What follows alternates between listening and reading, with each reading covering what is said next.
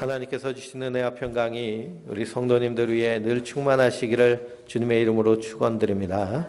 오늘 말씀 민수기서 6장 22절에서 27절 말씀을 통해서 축복하라라는 제목으로 함께 은혜를 나누도록 하겠습니다. 우리 옆에 있는 분들하고 한번 인사해 보실까요? 새해 복 많이 받으세요.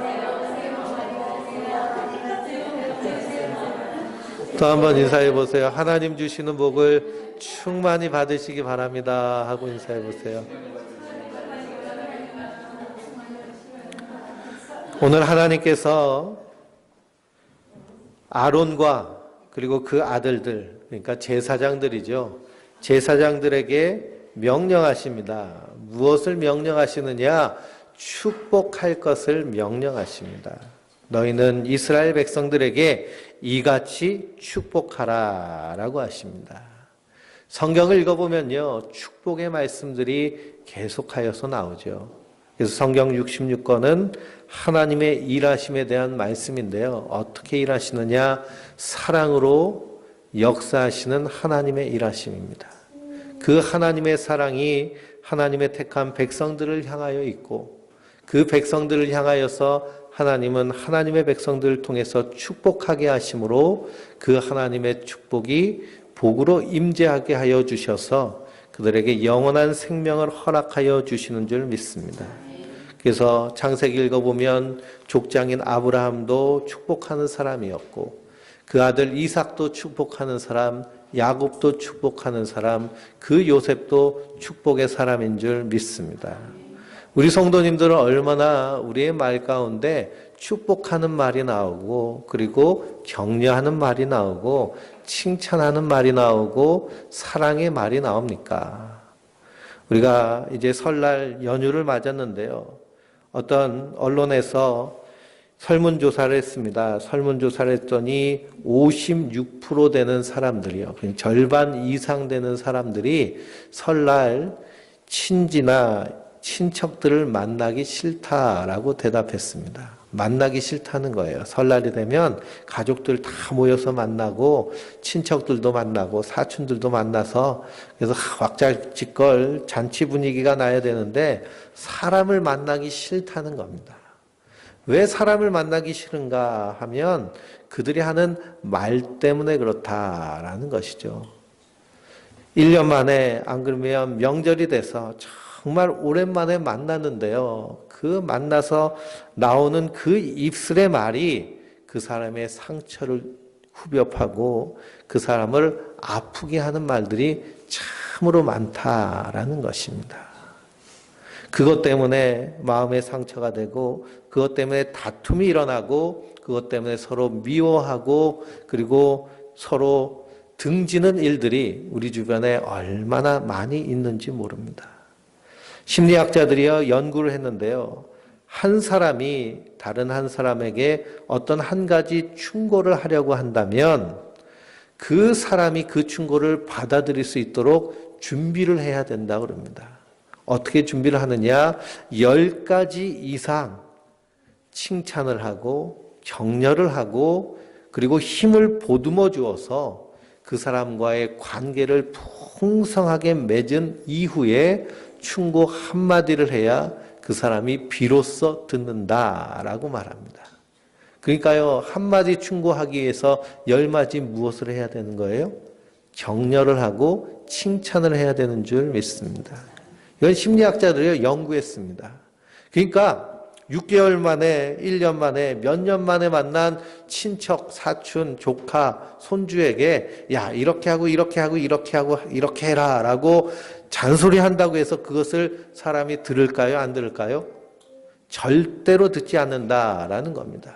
괜히 한마디 했다가요, 그냥 이미지만 나쁘게 만드는 것이죠.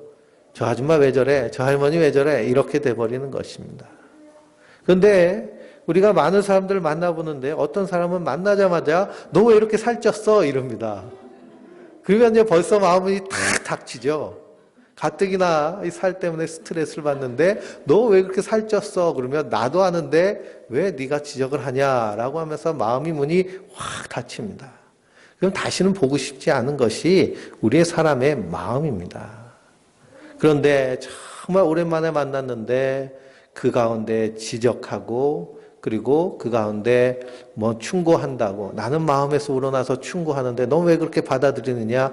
사람은요 절대로 받아들일 수 없는 것이 그런 관계성이기 때문입니다. 그래서 부모는 자녀들에게 열심히 충고한다고 말을 하는데요. 자녀는 그것을 무엇으로 듣나요? 잔소리로 듣습니다. 잔소리로 들어요. 그래서 그런 말로는요, 사람과의 관계에서 아무런 능력도 나타나지 않습니다. 만약 잔소리를 듣고 그 잔소리를 듣고서는 성공했다고 하면요, 이 세상 많은 사람들이 다 성공한 인생을 살겠죠. 저도 그냥 대통령이 됐을 것입니다. 어머니 잔소리를 듣고 다 순종했으면요, 벌써 대통령이 됐겠죠. 그런데 그 말을 듣는 순간 우리 마음이 더 엇나가고 삐뚤어지는 것이 인간의 모습이다라는 사실입니다. 그럼 우리가 예수 믿는 그리스도 안에서 새로운 사람이 되었다라는 것은 이제는 세상 사람들이 가는 그 길로 가는 자들이 아니라 주님께서 가신 그 길로 가는 자들인 줄 믿습니다. 주님께서 이 땅에서 하신 일은 무엇이냐? 죄인을 위하여 십자가에 달려 죽으시고 부활하신 일입니다. 그리고 주님은 만나는 사람마다 그들을 위로하시고 격려하시고 축복하셨습니다. 어린아이들이 올 때 제자들은 이 어린아이 오지 못하도록 막았지만 예수님은 어린아이 같이 되지 아니하면 천국에 들어갈 수 없느니라 라고 하시면서 그 어린아이 한 사람 한 사람을 축복하셨습니다. 그러면 우리의 입술에도 무슨 입술이 나와야 되느냐? 축복의 입술이 나와야 되는 줄 믿습니다. 세상이 점점 악하여지고 세상이 점점 각박하여집니다. 그래서 로마서 3장 14절에 이 악하고 각박한 이 세상 가운데 불신앙의 사람들의 입술에 대해서 사도 바울이 말씀합니다. 그들의 목구멍은 열린 무덤이요 그 혀로는 속임을 일삼으며 그 입술에는 독사의 독이 있고 그 입에는 저주와 악독이 가득하고 그 발은 피 흘리는데 빠른지라 라고 말씀하고 있습니다. 그 입에서 나오는 말이요 독사의 독과 같다라는 것이죠. 연예인들의 95%가 자살 충동을 느낀다고 그럽니다. 연예인들은 사람들에 의해서 노출된 사람들이죠. 그 사람들 인기 있고 그리고 사람들 우러러보고 그래서 중고등학생들 너희가 커서 뭐가 되고 싶냐라고 하면 1, 2위를 다투는 것이 연예인, 아이돌 되고 싶습니다 라고 그러는데요. 그 연예인들의 95%가 자살 충동을 느낀다고 그럽니다. 무엇 때문에 자살 충동을 느끼느냐 하면 사람의 말 때문에 그렇죠. 말 때문에 그렇습니다. 그 말이 마치 독사의 독과 같고 그 목에서 나오는 말들이요 열린 무덤 같아서 사람을 죽인다라는 것입니다. 그러니 성도는 말 한마디 한마디를 해도 조심스럽게 하나님의 축복을 담아서 말해야 되는 자들인 줄 믿습니다. 예수님 마태복음에서 뭐라고 하셨나요? 지극히 작은 소자 한 사람 실족하게 했다면 너는 연자맷돌을 메고 저 바다로 뛰어내려라 라고 하십니다.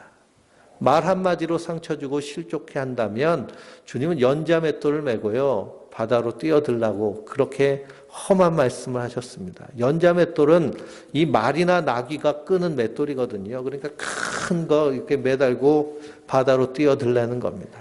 그러니 주님께서도 우리의 입술 가운데 나오는 독사의 독과 같고 열린 무덤과 같은 이 말을 얼마나 싫어하시는지 모릅니다.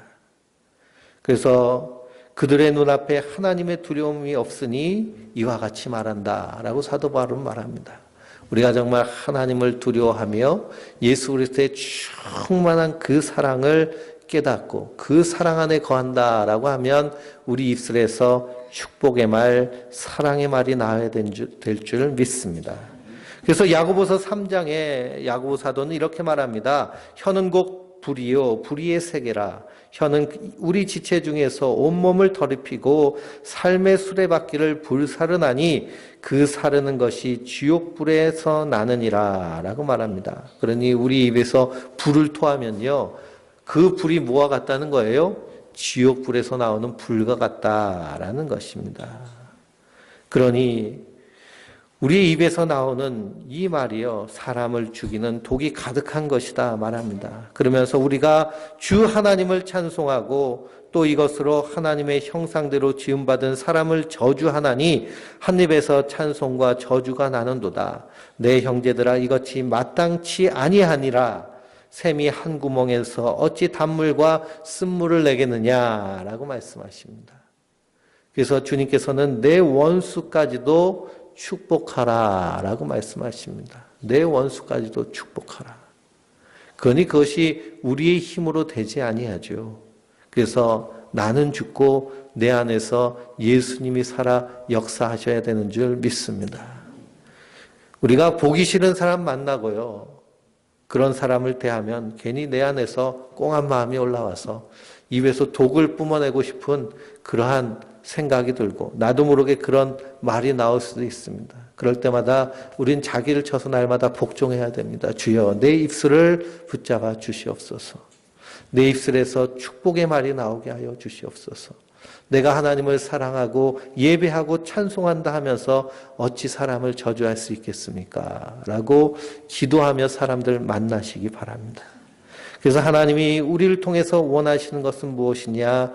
우리가 축복하고 그 축복을 하나님이 역사하시기를 원하시는 줄 믿습니다.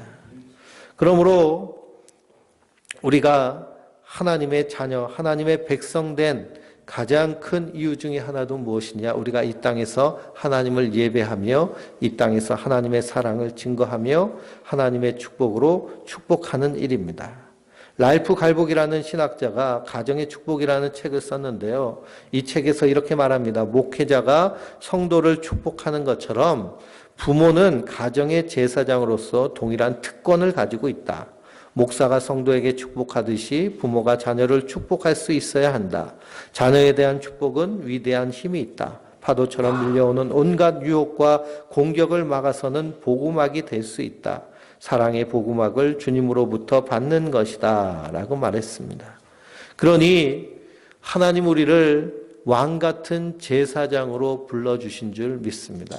그래서 베드로 전서에 너희는 택하신 족속이요 왕같은 제사장이요 거룩한 나라요 그의 소유된 백성이니 라고 하셨죠. 그러므로 목사가 제사장이 아니라 예수 믿고 구원받은 모든 성도들은 하나님 앞에 왕같은 제사장인 줄 믿습니다. 오늘 하나님께서 제사장에게 무엇을 하라고 명령하셨나요? 축복하라 라고 명령하셨습니다. 축복하라. 어떻게 축복하라고 명령하셨느냐? 아론의 축복, 세 가지 축복이 있습니다. 24절의 첫 번째 축복은 뭘까요? 여호와는 내게 복을 주시고 너를 지키시기를 원하며. 복을 주시는 분은 하나님이십니다. 하나님만이 복의 근원 되십니다. 그 복은 무엇이냐? 영원 구원의 복인 줄 믿습니다. 하나님 우리에게 주신 최고의 복은 구원의 복입니다. 이 세상에서 말하는 복들이 있죠. 재물의 복, 건강의 복, 자녀의 복, 여러 가지 복들이 있는데 세상이 말하는 복은 다 썩어 없어질 것들. 우리의 호흡이 끝나는 그 순간엔 그것은 아무런 의미 없는 허무한 것들이지만 하나님 우리에게 주신 복, 구원의 복, 즉 하나님이 사람이 되셔 이 땅에 오셔서 십자가에 달려 죽으심으로 우리의 죄와 허물을 다 담당하시고 우리를 깨끗게 하심으로 우리의 죄를 깨끗하게 씻어서 하나님 앞에 의로운 자로, 그래서 마지막 때에 하나님 앞에 설 때에 생명의 부활로 나아가서 하나님과 저 천국에서 영생 복락 누리는 복, 이것이 최고의 복인데요. 이 복을 주신 분이 하나님이신 줄 믿습니다. 이 세상 모든 복은 하나님으로부터 나오는 것입니다. 그래서 아론을 통해서 제사장에게 복주라 축복하라 명령하신 첫 번째 복은 여호와는 내게 복을 주시고 너를 지키시기를 원하노라 라는 축복입니다. 하나님은 우리를 복 주십니다. 우리를 구원하셔서 이 악한 세상 가운데 그리고 마귀의 죄악의 사슬 가운데서 우리를 지키시는 분이신 줄 믿습니다. 그럼 우리가 자녀들에게, 우리의 형제들에게 하나님은 너를 구원하시기를 원하시며 하나님은 너를 지키시기를 원하신다라고 선포하시며 축복하시기 바랍니다. 내가 너를 지명하여 불렀나니 너는 내 것이라 주님 말씀하십니다. 우리가 하나님을 택한 것이 아니요 하나님이 우리를 택하여서 구원하여 부르셨습니다.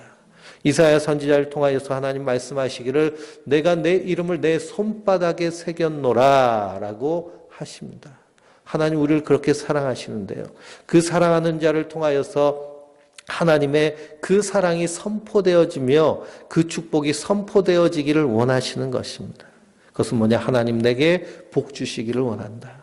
그러면 새해 복 많이 받으세요 라고 할 때 세상 사람들은 돈 많이 벌고 건강하고 자녀 잘 되고 하는 일 잘 되고 성공하고 이런 것들 복으로 생각하며 말하지만 하나님의 사람은 그리스도 안에서 구원받는 것이 최고의 복임을 깨닫고 그것을 선포하며 축복하는 자인 줄 믿습니다. 두 번째 축복은 무엇일까요? 우리 25절을 읽어볼까요?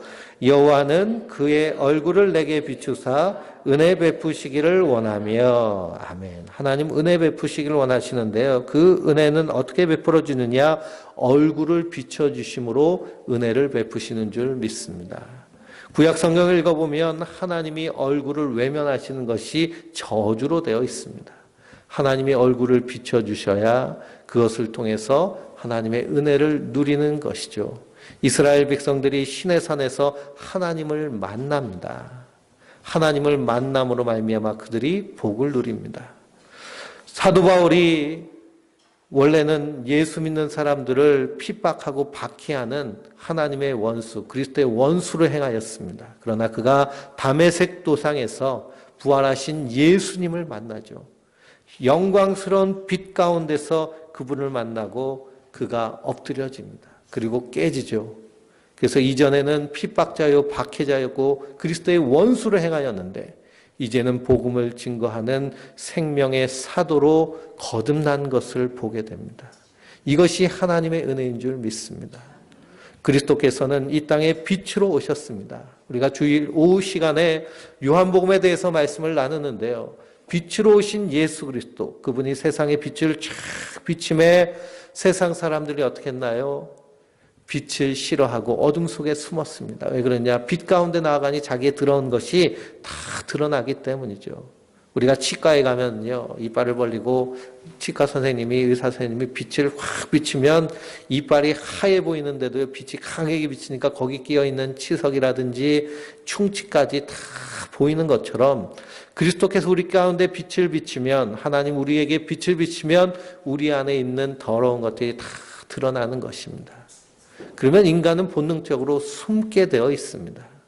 그러나 하나님을 사랑하는 자, 그 이름을 믿는 자들에게는 하나님의 자녀가 되는 권세를 주셨는데 이는 혈통으로나 육정으로 나지 아니하고 하나님의 뜻대로 난 자들인 줄 믿습니다. 그 하나님의 자녀된 자들은 빛 가운데로 나오는 줄 믿습니다. 그 안에서 우리의 죄를 깨닫고 이 죄를 용서하실 분은 오직 예수 그리스도 한 분밖에 안 계심을 깨닫고 주님만 의지함으로 구원의 은혜, 구속의 은혜를 누리게 되는 줄 믿습니다. 마지막 세 번째 축복은 28절 말씀에 여호와는 그 얼굴을 내게로 향하여 두사 평강 주시기를 원하노라 라고 축복을 합니다. 하나님의 얼굴이 내게로 향하여 주시면 그것이 바로 평강인 줄 믿습니다. 그래서 예수님께서 제자들과 함께 식탁에서 식사를 하시죠. 그것이 최후의 만찬입니다. 거기서 눈과 눈을 마주보며 얼굴과 얼굴을 대하여 보며 거기서 마지막 만찬을 나누시는데요. 그러므로 하나님의 얼굴이 바로 예수 그리스도의 얼굴인 줄 믿습니다. 우리가 성찬을 나누는 것 역시도 주님과 함께 한 식탁에서 함께 먹고 마시는 것을 의미합니다. 우리가 부부 관계에 있어서도요, 사이가 좋으면 서로 바라보는데 꺼리낌이 없죠. 식사를 하면서도 서로 눈과 눈을 마주치면서 웃음 지으면서 대화하면서 맛있게 식사를 합니다. 근데 관계가 틀어지면 어떡하나요? 눈을 마주치지 않죠. 부모와 자녀와의 관계도 마찬가지입니다. 관계가 좋으면 서로 바라보고 웃으면서 대합니다. 그러나 관계가 틀어지면 바라보지도 않죠. 보기도 싫습니다. 그래서 꼴 보기 싫다라는 말이 있습니다. 꼴 보기 싫다. 그러므로 하나님의 축복은 서로 바라보면서 그 안에서 함께 평안을 누리며 은혜를 누리는 것. 그래서 하나님은 하나님의 성도들을 향하여서 이렇게 축복하라라고 말씀하시는 겁니다. 그러므로 설날 가족들이 다 모였으면 거기서 이렇게 축복하시기 바랍니다. 예수님이 너와 함께 하십니다. 예수님이 너와 함께 하신단다. 예수님은 너를 지키시고 너에게 은혜를 주시고 너에게 평강을 주시는 분이야. 이렇게 축복하시기 바랍니다. 믿지 아니하는 자녀들, 믿지 않은 형제, 친척일지라도 우리가 이렇게 축복할 때 그 축복의 능력이 그들 가운데 역사되어질 줄 믿습니다. 왜 그러냐? 복 주시는 분은 하나님이시고 일하시는 분은 하나님이십니다. 우리는 그저 축복할 뿐이죠. 그래서 하나님께서 아브라함에게 말씀하십니다. 내게 축복하는 자에게 내가 복을 줄 것이고 너를 저주하는 자에게 내가 저주를 내릴 것이니라. 우리는 이 땅에서 열심히 주님의 복음 안에서 축복하는 자인 줄 믿습니다. 이렇게 축복할 때 거기에 하나님께서 역사하시는 능력이 있습니다. 아브라함 링컨은 미국 역사상 가장 위대한 대통령 중에 한 사람이죠. 그가 나중에 대통령이 돼서 수많은 기자들이 둘러싸여서 인터뷰를 합니다. 한 젊은 기자가 물어봅니다. 당신을 오늘 링컨 대통령으로 만든 힘이 무엇입니까? 라고 물어봅니다. 그때 그가 대답하기를 내가 잠자리에 들 때마다 잠자리에서 일어날 때는 언제나 어머니의 손이 내 머리 위에 얹어져 있었습니다. 그 어머니의 기도는 나를 격려하는 축복으로 넘쳐 있습니다. 이렇게 고백합니다. 그는 가난해서 오두막 통나무집에서 살았지만 그의 어머니의 축복의 기도 소리가 그 인생 가운데 가득 스며져 있습니다. 그래서 그 어머니의 축복을 통해서 그가 선거에 나가서 수없이 실패하고 낙선하고 그리고 망하였어도 절망하지 않고 다시 일어설 수 있는 힘이 된 것입니다. 어머니의 축복의 기도. 그 축복의 기도 가운데 하나님께서 그에게 복을 더하여 주신 줄 믿습니다. 그래서 링컨 대통령은 백악관에 기도실을 만들고 그리고 백악관을 기도하는 기도의 장으로 만든 대통령, 가장 위대한 대통령이 된 것이죠. 그 시작은 무엇이냐? 어머니의 축복의 기도로부터 시작된 줄 믿습니다. 그러므로 어머니는 자녀를 축복하는 자들입니다. 자녀에게 잔소리하는 자들이 아니고요. 축복하는 자입니다. 그렇죠? 잔소리해가지고 성공했으면 벌써 성공해가지고요. 대한민국을 좌지우지했을 텐데요. 그래서 축복하는 자. 이태리의 성악가 엘리코 카루소라는 아주 유명한 테너 가수가 있죠. 발칸토 테너. 그래서 카루소 하면 엄청나게 유명한 테너였습니다. 그래서 세계 3대 테너가 나오기 전에 가장 이름을 날린 테너가 이 카루소인데요. 어려서부터 노래를 좋아해서 성악가가 되려고 하는 꿈을 가졌습니다. 그런데 학교 선생님이요. 자기 희망이 성악가라고 말하니까 선생님이 이렇게 말합니다. 야, 넌 목소리가 너무 크고 시끄러워서 그래서 사람들이 안 좋아해. 네 목소리를 누가 좋아하겠니? 성악가는 포기해라. 이렇게 말했답니다.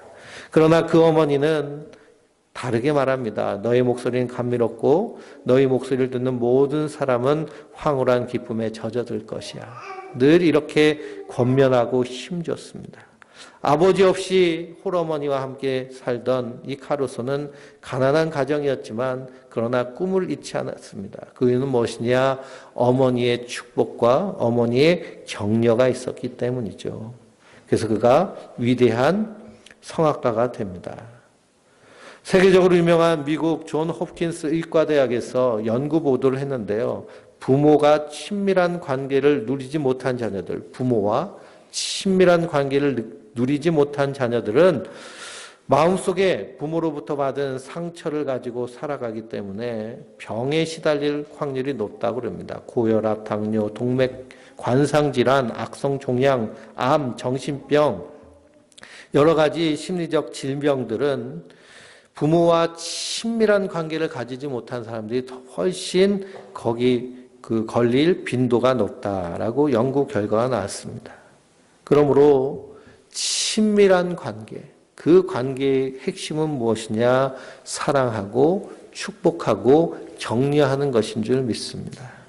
우리가 사랑한다 하면서 말로 아프게 하고 사랑한다 하면서 말로 쓴소리로 그 상대방을 대하여서 그렇게 대하면 상대방은 이해하지 못하죠. 사람 마음을 어떻게 알겠어요? 그래서 사랑은 표현하는 것입니다. 말로 표현하고 삶으로 표현하고 그렇게 표현할 때 상대방이 비로소 알아듣는 것입니다. 나는 널 사랑하는데 말로 표현하지 못하는 것. 왜 표현하지 못할까요? 우리가 그런 사랑을 받아보지 못해 봤기 때문입니다. 옛날 어른들은요, 사랑한다는 말 어디 입 밖에 꺼냈겠습니까? 그냥 사진 보고 결혼하신 분들이 많잖아요. 그렇죠? 옛날 우리 정호영 권사님도 사진을 보면서 야, 이 사람하고 결혼해라 라는 시대에 사셨으니 무슨 사랑, 거기에 무슨 기쁨. 그러니 그런 시대에 사시던 분들은 사랑한다는 말 하기가 참 힘든 분들입니다. 그런 부모님 밑에서 자랐기 때문에 우리도 그런 표현이 힘들죠. 그렇기 때문에 우리가 그리스도의 사랑 안에 충만하게 거해야 되는 줄 믿습니다. 성경을 읽어보세요. 절절한 하나님의 사랑의 이야기가 담겨져 있습니다. 얼마나 사랑하시는지 질투하도록 사랑하시는 분이 우리 하나님이시다라고 말씀하고 있습니다. 그러므로 우리가 친밀한 관계는 축복과 그리고 격려와 칭찬 가운데서 나오는 줄 믿습니다. 심리학에 거울자 이론이라는 것이 있습니다. 자기 인생의 가장 중요한 사람이 나를 어떻게 보느냐에 따라서 정말 그대로 된다라는 것이죠. 엄마가 아들을 어떻게 보느냐에 따라서 그 아들이 그렇게 되든지 말든지, 남편이 아내에 대해서, 아내가 남편에 대해서 어떻게 보느냐에 따라서 그 인생이 변화된다는 것입니다. 리버풀이라는 영국의 프리미어 리그 지금 1등하고 있는 축구팀이 있습니다. 거기 모하메드 살라라는 그런 축구 선수가 있는데요. 지금 영국 프리미어 리그에서 골을 제일 많이 넣는 선수로 등극했습니다. 이 선수는 원래 리버풀 선수가 아니라 첼시라는 팀의 선수인데요.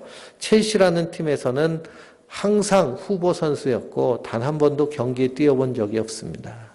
그런데 리버풀로 와서 클롭이라는 감독이요, 이 살라라는 선수를 잘 훈련시키고 중용하고 그리고 그 선수를 중요한 사람으로 만들었습니다. 그래서 그가 지금 세계에서 가장 유명한 선수, 가장 영향력 있는 선수로 떠오르는 선수가 됐습니다. 감독 한 사람의 영향력이요, 선수 한 사람을 이렇게 변화시키는 것입니다. 그러므로 하나님도 우리를 향하여서 명령하십니다. 너희가 이 가정의 제사장이다. 네가 이 가정의 축복의 축복권을 가지고 있다. 그러니 우리는 우리의 입에서 무엇을 사용해야 될까요? 우리의 축복권을 사용해야 될 줄 믿습니다. 이것이 하나님 우리에게 주신 권리이며 능력이며 권세인 줄 믿습니다. 그래서 이스라엘 백성들에게 내 백성을 이렇게 축복하라. 그렇게 축복하면 하나님 어떻게 하시겠다고 약속하셨느냐?